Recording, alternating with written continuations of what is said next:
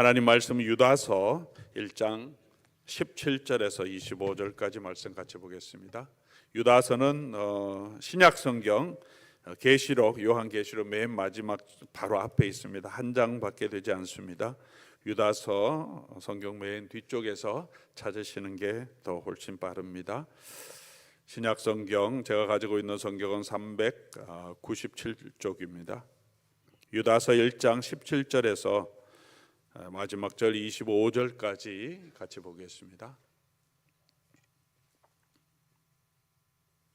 우리 한 절씩 교독해서 우리 하나님 말씀 받들어 읽겠습니다. 사랑하는 자들아, 너희는 우리 주 예수 그리스도의 사도들이 미리 한 말을 기억하라.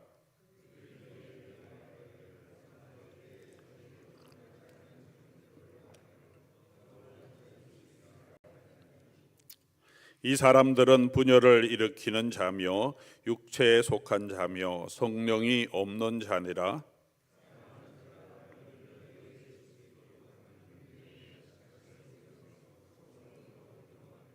하나님의 사랑 안에서 자신을 지키며 영생에 이르도록 우리 주 예수 그리스도의 긍휼을 기다리라.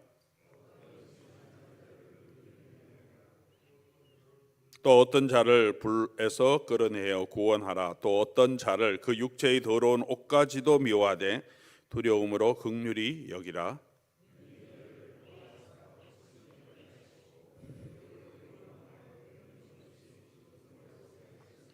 같이 읽습니다. 곧 우리 구주 홀로 하나이신 하나님께 우리 주 예수 그리스도로 말미암아 영광과 위엄과 권력과 권세가 영원 전부터 이제와 영원토록 있을지어다.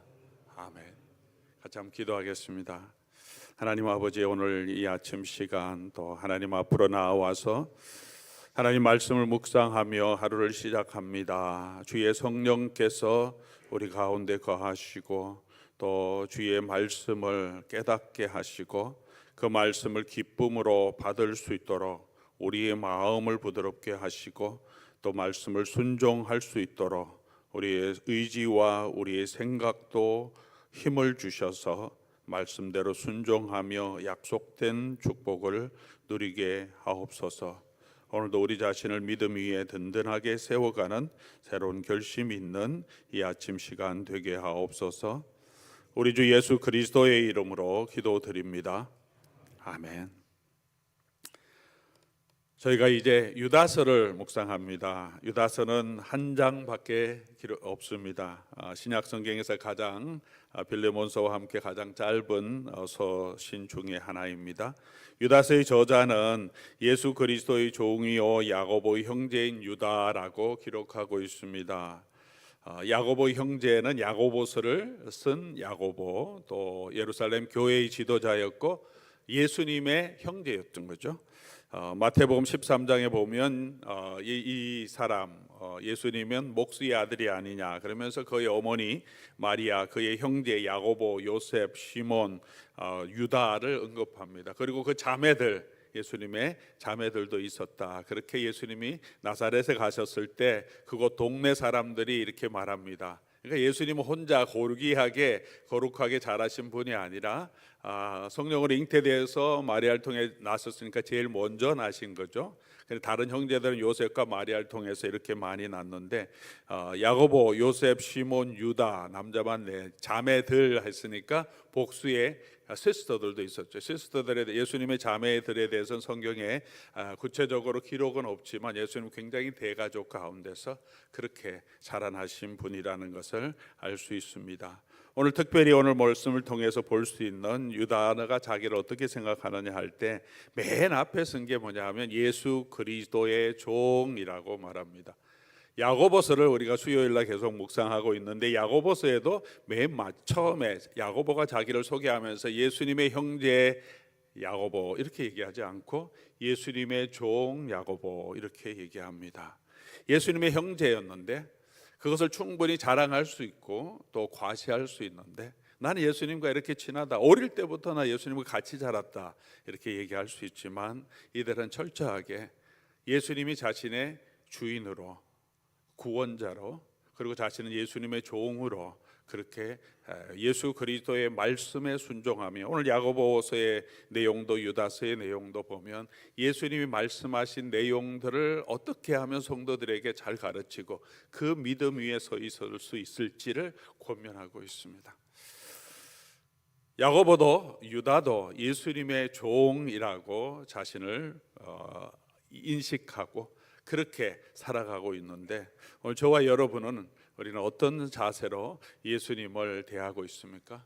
우리가 입술로는 예수님을 주님 주님 하는데 정말 예수님의 종으로 예수님 말씀하신 대로 우리가 정말 기꺼이 순종하는, 종이면 그냥 주인이 시키는 대로 그냥 하잖아요.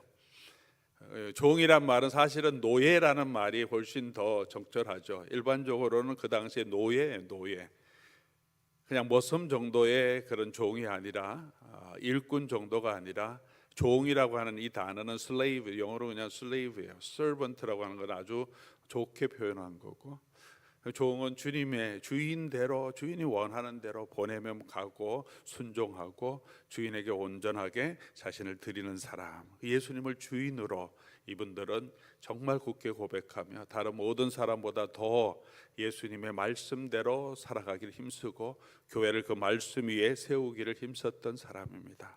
그 유다는 누구에게 편지하냐면 1절 보니까 부르심을 받은 자 곧 하나님 아버지 안에서 사랑을 얻고 예수 그리스도를 위하여 지킴을 받은 자들에게 편지한다. 바울 서신도 읽어보면 사도 바울이 로마에 있는 교회에게 이렇게 간단하게 쓸 때도 있지만 그 교회가 어떤 교회인지, 그리스도 안에서 사랑하심을 받고 택하심을 받고 거룩한 성도인 교회, 이렇게 교회가 누군지 성도들이 누군지를 서도 맨 앞에서 다시 기억하게 합니다. 유다도 마찬가지죠. 여러분이 누군지를 내용을 보면 책망하는 내용도 있고 이렇게 살아라 하는 것도 있지만 여러분이 누군지를 이 서두에 다시 기억하게 합니다. 성도들은 누구입니까? 부름받은 자야. 부름받은 자. 누구에게 부름받았습니까? 하나님의 부름을 받은 자. 이 부름은 언제 시작됐냐 하면 그냥 지나가다가 너 나를 따르라 이렇게 한 게 아니라 창세 전에 예수 그리스도 안에서 하나님이 아시고 예정하시고 그리고 그리스도 안에서 복음으로 너희를 불렀다. 우리가 어떤 소명을 받은 사람인지를 기억하게 하는 거죠. 우린 부름받은 사람. 우린 그냥 존재하는 자가 아니고 어쩌다가 예수 믿은 것도 아니고 우리는 하나님의 사랑 안에서 하나님의 계획 안에 있고 그 우리를 구원하시기 위해서 하나님은 지금도 이 구원 역사를 하고 있다는 거죠. 그런 부름받은 자. 동시에 부름받았다는 것은 사명이 있다는 거죠. 소명과 사명은 언제나 함께 가는 거죠. 부름받았다는 것은 부르신 이유가 있는 거죠. 그 이유대로 우리가 살아야 되는 거죠. 예수님의 종으로, 예수 그리스도의 신부로, 예수님의 교회로, 성도로 부름받았을 때는 하나님께서 우리를 구원해 주신 그 이유가 있는데 그 이유와 목적대로 우리가 살아가야 됩니다. 가장 중요한 이유를 성경 전체 예수님의 메시지, 사도들의 말씀, 그리고 구약 성경, 신약 성경 다 종합하면 두 가지로 나오는, 그건 저희가 교회 사명 선언문으로 우리가 기록하고 있죠. 우리가 예수 그리스도의 성품을 점점점 닮아가서 예수 그리스도의 장성한 분량에 이르게 하는, 어떻게 하냐면 복음으로, 복음의 말씀으로. 하나님이 저와 여러분을 부르시고 의롭다 하시고 영화롭게 하시기 위해서 아들을 보내주셨는데, 보내주신 이유는 그 아들의 형상을 덧입기 위해서. 그것은 이런 인격적으로 성품적으로만 예수님의 성상을 덧입는 것이 아니라 예수님께서, 하나님께서 하신 계획은 우리의 몸도, 우리의 인격만이 아니라 우리의 몸도 예수 그리스도와 같은 몸으로, 영광스러운 몸으로 우리도 결국 변화시키기 위해서 우리의 몸과 영을 다 이제는 아담 자손이 아니라 하나님의부터 오신 하나님의 아들의 형상과 모습을 덧입은 자로 우리를 바꿔주시기 위해서 우리를 구원하신 거예요. 죽어서 그냥 우리 영혼만 천국 가는 것이 아니라 이 썩어질 육체도 반드시 다시 우리 속에 있는 영이 살리셔서 영원한 몸으로, 영광스러운 몸으로, 부활하신 예수님과 같은 몸으로, 지금 몸과 다른 차원의 존재, 영원토록 살아갈 수 있다. 우리를 온전하게 구원하시기 위해서, 그 아들의 형상 닮아가기 위해서 하나님께서 지금 이 구원을 이루어 가신다. 그게 우리를 부르신 목적이. 두 번째는 그렇게 불러주셨기 때문에 이 땅에 있는 동안 너희가 이 복음을, 이 놀라운 기쁨의 좋은 소식을 다른 사람에게 전해서 그 사람들도 이 복음을 믿고 예수 그리스도를 믿고 구원을 얻도록 우리에게 선교적인 사명을 주셨다. 두 가지가 우리 교회가 해야 될 것이죠. 복음의 능력으로 온전케 되어서 예수님을 전하는 것. 개인적으로도 우리 사명, 교회적으로 공동체적으로도 우리 사명. 이 두 가지를 교회가 하는 거예요. 왜 봉사하고 왜 섬기고 왜 이 아침에 모이고 왜 우리가 예배하냐? 우리가 예수님을 점점 더 닮아가고 우리가 어떤 사람인지 더 알아가는 거죠. 우리 자신을 과시하기 위해서 일하는 사람, 교회 섬기는 사람은 아무도 없을 겁니다. 그렇게 해서도 안 되고, 이 섬김을 통해서 제가 이 봉사하고 말씀을 전하는 것으로 제 자신이 바뀌어야 되고, 여러분이 봉사하고 섬김을 통해 여러분이 하나님과 점점 더 가까워지고, 그리고 그 삶을 통해서 주신 은혜로 주변 사람들에게, 우리 자신들에게, 우리 가족들에게 하나님이 하신 놀라운 일을 말함으로 그들도 우리가 섬기는 하나님, 우리를 구원하신 하나님을 알고 그 하나님과 점점 더 가까이 하게, 그 사명에 충실한 거죠.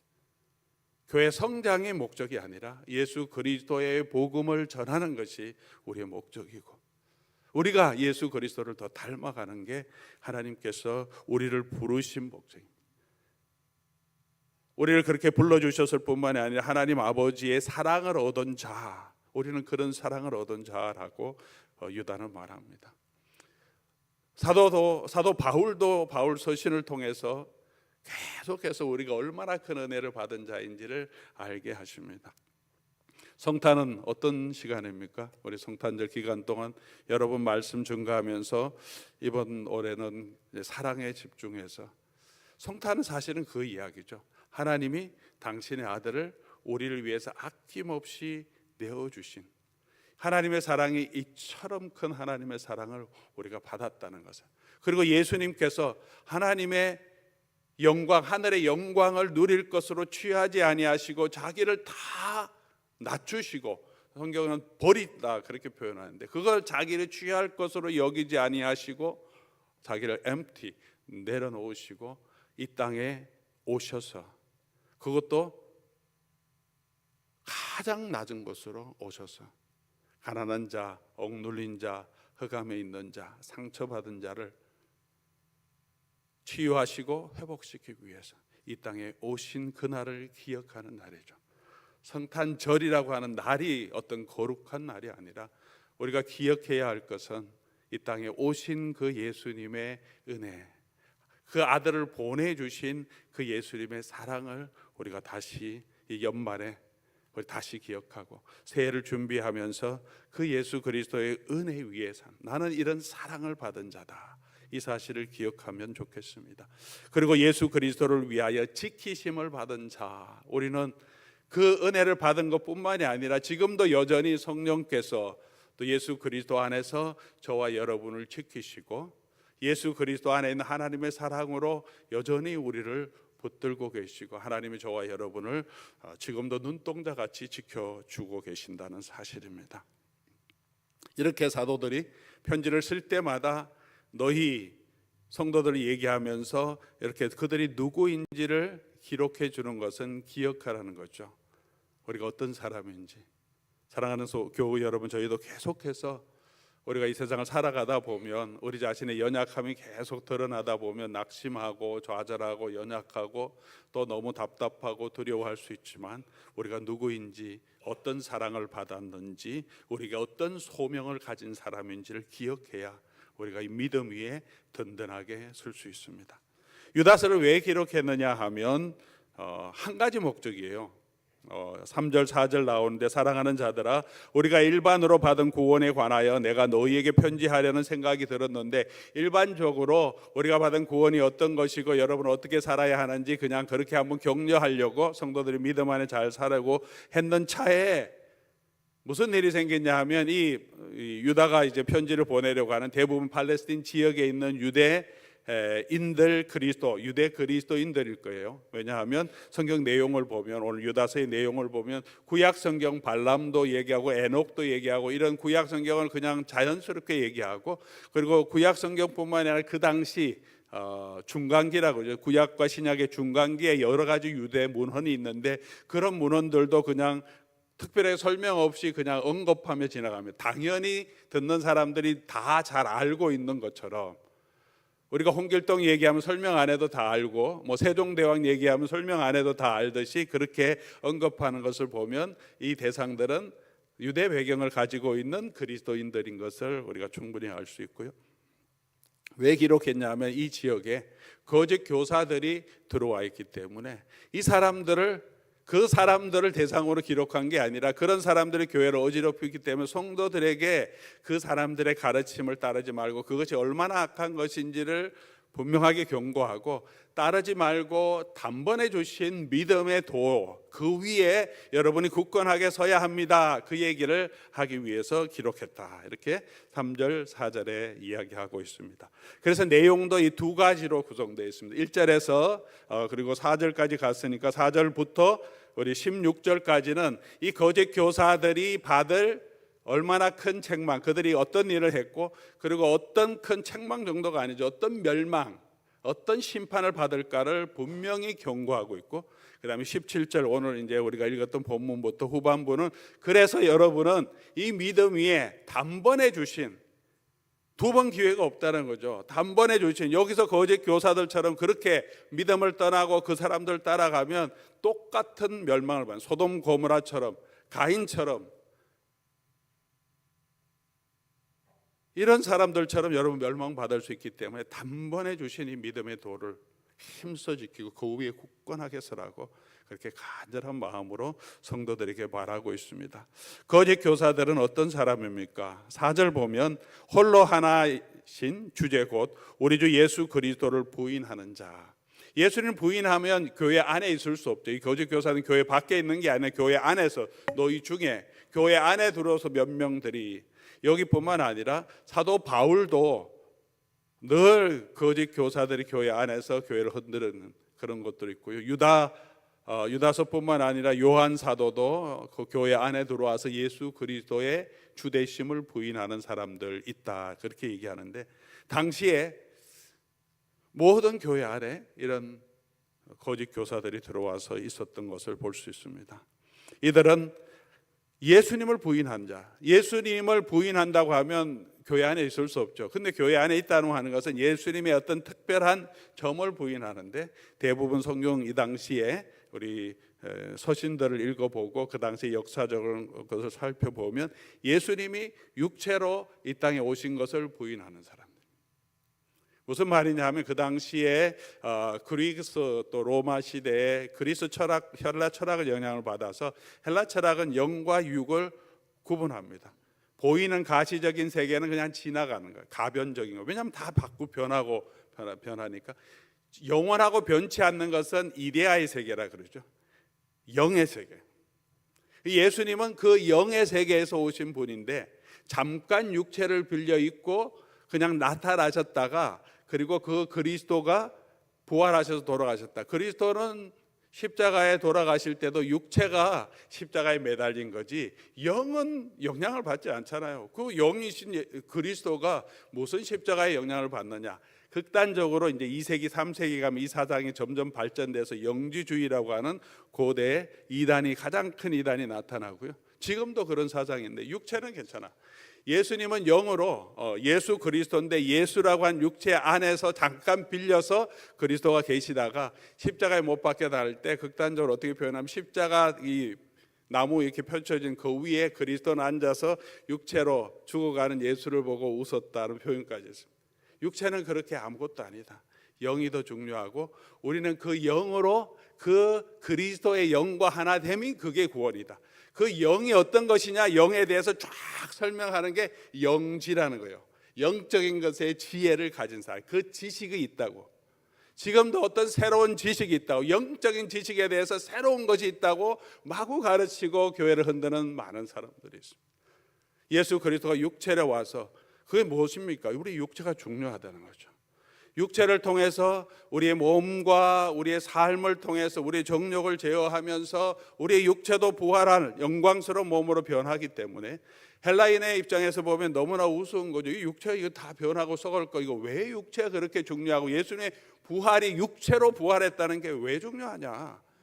예수님의 정신이 중요하고 예수님의 영이 중요하고, 우리도 그렇게 순수한 영으로 그 영적인 세계로 들어가는 것이 중요하지. 그럴듯하죠. 지금도 그렇게 생각하는 많은 사람들이 있지만 성경이 가르치는 구원은 그렇지 않습니다. 그렇기 때문에 이 사람들은 육체로 행하고 정욕대로 행하는 것은 크게 중요하지 않아요. 육체가 다른 사람과 간음을 하든지 육체의 마음껏 우리 몸으로 마음대로 하든 육체는 다 썩을 건데 나의 영만 깨끗하면 된다. 그래서 육체의 정욕대로 이 사람들이 행한다, 그렇게 표현이 나오는 거죠. 8절에 보면 꿈꾸는 이 사람들도 한 걸 보면 여러 가지 계시, 영적인 계시를 꿈을 통해서 많이 받아서 영적인 지혜가 있고 영의 지혜를 자기 가졌다고 주장하는 사람이었을 겁니다. 그렇게 함을 통해서 16절 가서 보면 이 사람들은 원망하는 자, 불만을 토하는 자. 무슨 원망과 무슨 불평을 하겠습니까? 사도들의 가르침에 대해서 그렇죠. 사도들의 가르침이 뭡니까? 예수 그리스도의 십자가의 복음대로 여러분 살아가도록, 십자가를 지고 자기를 부인하고 살아가도록, 그렇게 믿음 안에서 힘들게 살아가는데 우리가 왜 그렇게 힘들게 살아가야 되냐? 불망하고 원망하는 자, 정욕대로 행하는 자, 우리 기쁜 대로 하면 되지. 입으로 자랑하는 말함이 영적인 지혜가 있다고 이익을 위하여 아첨하는 자. 19절, 이 사람들은 분열을 일으키는 자며 육체에 속한 자며 이 사람들은 성령이 없는 자다. 결국 구원이 없다는, 예수 그리스도의 영이 없는 자. 왜? 예수 그리스도를 부인하기 때문에. 이런 사람을 따르지 말고, 그리고 이런 사람이 당할 형벌에 대해서 아주 섬뜩할 정도로 유다가 경고합니다. 이 사람은 소돔과 고모라가 받은 멸망을 동일하게 받을 사람입니다. 이성 없는 짐승 같은 본성을 가지고 결국을 멸망할 사람이다. 가인의 길을 걷는 자고 발람의 어그러진 길로 가는 자고 고라 자손의 배야. 모세의 지도력에 단체적으로 반발하면서 그 지도력에 복종하지 않았던 고라의 패역을 따르는 자. 교회 안에 그렇게 분란을 조장하며 다른 가르침으로 성도들을 분열하고 원망하는 사람. 이 형벌이 얼마나 무서운지 여러분 기억하십시오. 구약 성경 쭉 살펴보면서, 그리고 중간기에 있는 문헌까지 살펴면서 이런 사람들의 결말을 보고 여러분은 어떻게 해야 됩니까? 단번에 주신 이 믿음의 도 위에 굳건하게 서야 합니다. 그렇게 말하고 있습니다. 우리 어떻게 단번에 주신 믿음의 도 위에 굳건하게 서는가? 17절부터 우리 마지막 절까지 한 가지 한 가지 견면하는데 한마디 한마디가 너무 중요한 말씀인 것 같습니다. 17절 보면, 사랑하는 자들아 너희는 우리 주 예수 그리스도의 사도들이 미리 한 말을 기억하라. 반대로 얘기하면 이 거짓 교사들은 예수 그리스도의 사도들이 한 말을 순종하지 않고 자기들이 더 영적인 지식을 가지고 있다고 생각하며 자기들의 주장을 했던 사람. 너희는 그렇게 하지 말라. 우리가 해야 될 것, 이 믿음 위에 굳건하게 설 수 있게, 이 믿음 위에서 단번에 주신 믿음의 도를 위해서 힘써 싸워야 할 때 무엇을 싸워야 하느냐? 첫 번째가 예수 그리스도의 사도들이 미리 한 말, 사도들이 가르친 그 복음을 우리가 굳건하게 잡으라, 그렇게 말씀하고 있습니다. 그 사도들이 기록한 내용을 우리 신약 성경에 묶어놓은 게 이 신약 성경 27권입니다. 신약 성경 27권을 정경으로 정할 때 가장 중요한 원칙이 사도성이라는 거예요. 사도들이 기록했냐, 그리고 사도들의 영향권, 가르침 안에서 그 주변에 있는 사람들이 기록했냐. 그 후대에 기록한 것은 다 뺐습니다. 그리고 그 당시에 기록해도 사도들이 기록하지 않은 내용은 수많은 수대피 구라파라고 해서 초대교회 문서들이 많이 있어요. 그런데 그런 건 다 빼고 점검해서 모든 교회가 이거는 사도성이 있다 하는 성경들을 이제 정경으로 27권을 만든, 사도들의 가르침의 핵심이 복음서, 사도행전, 그리고 이 서신들이고 요한계시록입니다. 이 말씀 위에 여러분이 이 말을 굳게 듣고 기억하라, 그렇게 말하고 있습니다. 이 사도들이 가르친 말씀 내용 보니까 예수님이 육체로 오셨다는 것을 너무나 강조하고 있죠. 우리 성탄도 말씀이 육신이 되어 우리 가운데 거하셨고 어린아이로 태어나셔서 성장하셨다. 하나님이 어떻게 어린아이로 태어나서 어떻게 하나님이 자라고 배고프고 힘들고 그리고 고난을 당하고 죽을 수 있나요? 그런데 성경 그 과정을 쭉 하면서 하나님께서 우리를 구원하시고 우리 영혼과 또 우리 육체도 구원하실 것을 우리에게 보여주고 있습니다. 그래서 우리가 육체도 마음대로 해서 되는 것이 아닙니다. 그리스도를 따라서 사도들이 가르친 그 말씀대로 저와 여러분이 따라 살도록 힘써야 합니다. 그게 말씀 위에 서는 거죠. 예수님이 우리를 부르실 때 자기를 부인하고 자기 십자가를 지고 나를 따르라고 하고 있죠. 사도 바울은 사도로서 성도들과 교회에 권면합니다. 맡은 자들, 여러분 직분인데 맡은 자들에게 구할 것은 충성이에요. faithfulness, 신실함이다. 우리 하나님 앞에서 우리가 맡은 그 직분에 우리가 목사로, 여러분 장로로, 집사와 권사로 부름받은 그 직분에 물론 성도로 부름받은 귀한 은혜도 있지만 그 충성하는 게 신실하게 섬기는 거예요. 그게 하나님이 우리를 불러주신 아주 중요한 이유라고. 그 일에 때로는 아침에 이렇게 일어나서 수요일 금요일 저녁에 교회 모임도 행사들 함께 모이는 것이 힘들지요. 또 교회를 섬기고 포도원을 섬기고 봉사일 하는 것은 우리가 에너지를 쓰고 돈도 쓰고 또 힘도 들여야 하지만 하나님께서 그 일을 통하여서 저와 여러분이 그리스도의 섬김을 조금 더 배우고 담고 그 하나님 섬김을 통해서 우리가 조금씩 그리스도를 닮아가는 과정이죠. 섬김 없이 우리가 하나님의 사랑을 더 배우고 알 수 없죠. 좀 부족해도 더디 가도 우리가 가는 방향은 이 복음 위에 말씀 위에 더 서야 합니다. 늘 말씀드리지만 잘하는 것, 좋은 성과를 내는 것, 교회가 성장하는 것 외형적인 모습도 중요하겠죠. 그러나 그것은 결과지 우리의 목적이 되어서는 안 되고 결국은 우리가 각자가 이 복음 위에 말씀 위에 든든하게 서는 것, 그것이 가장 성도들 삶에 우리의 삶에 교회가 가장 중요하게 해야 될 일임을 믿습니다.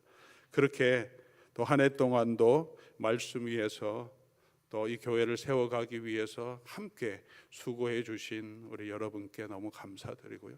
앞으로도 계속해서 사도들이 미리 한 이 말씀, 이 복음 위에 우리 교회가 든든하게 세워질 수 있도록 우리 로뎀교회뿐만 아니라 주변 모든 교회가 한번 교회 가니까 가장 중요한 게 하나님의 말씀 위에서 가는 거더라.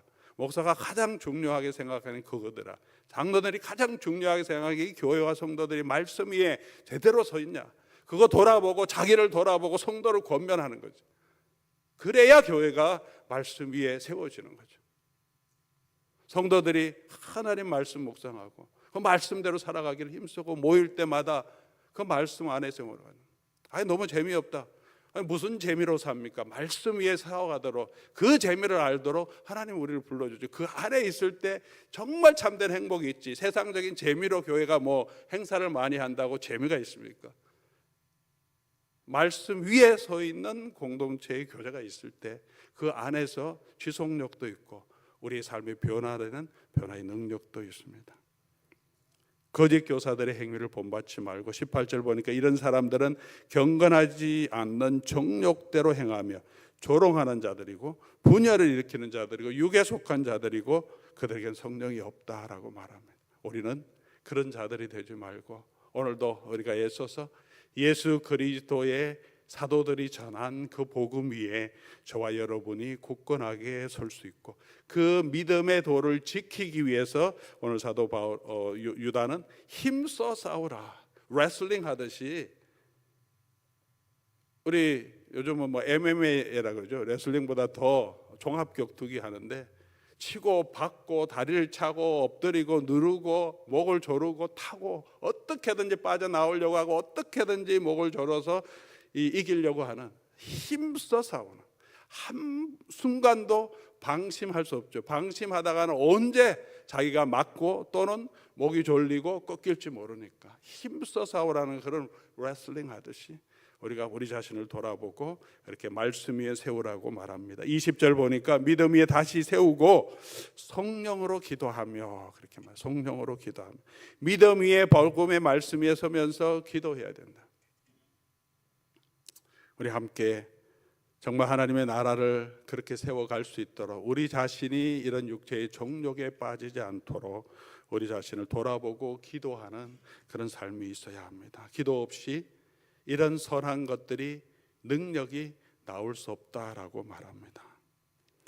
우리 가진 것들로, 우리 경험으로, 내가 하는 일로, 내 입술로 우리 자신을 세우려고 하지 말고 믿음으로 세우고 성령 안에 기도할 수 있기를 바랍니다. 그래서 우리가 이번에는 신년 특별 새벽 기도회 해서 일주일 하지 않고 수요 말씀 집회로 수요일 날 계속해서 말씀을 묵상하며 또 우리 수요 기도회가 조금 더 활성화될 수 있도록 그렇게 우리 준비하려고 합니다.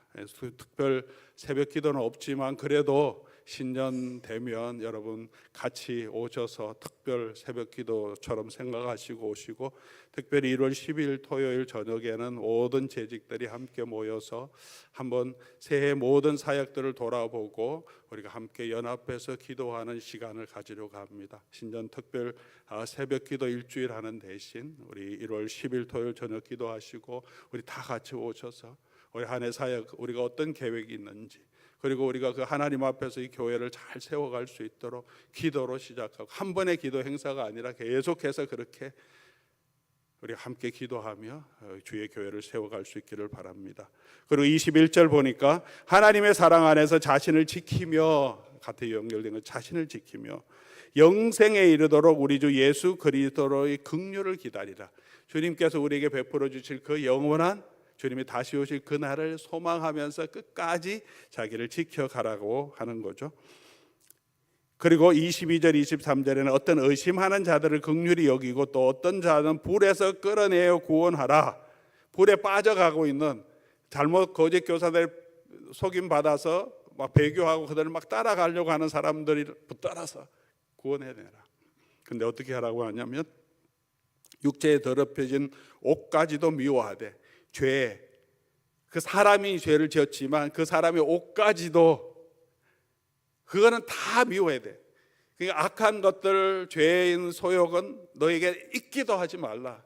죄는 생각도 하지 말라 그런 것처럼 죄는 그렇게 두려워하되 그러나 그 사람은 두려움으로 긍휼히 여기라. 그렇게 권면하고 있습니다. 우리도 열심히 우리 믿음을 지켜야 되지만 혹시 실수하고 좀 부족해 보이는 사람들에게 어떻게 하라고 하냐면 긍휼히 여기라.